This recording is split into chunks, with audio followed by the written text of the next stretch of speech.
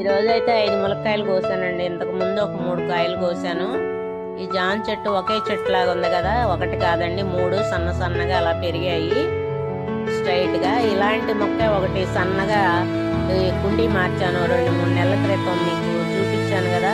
చెత్త kitchen waste అంతా వేసి ఎండిపోయిన జామాకులు అన్నీ వేశాను. చెట్టు చూసారా ఎంత పచ్చగా ఆరోగ్యంగా ఉందో, నిగనిగలాడుతూ పెద్ద పెద్ద ఆకులు వచ్చాయి చూసారా. ఆరోగ్యంగా బలంగా ఉన్న చెట్టు ఇలా ఉంటుందండి. అంతేకాదు 1.5 year ఉంటుంది దీనికి.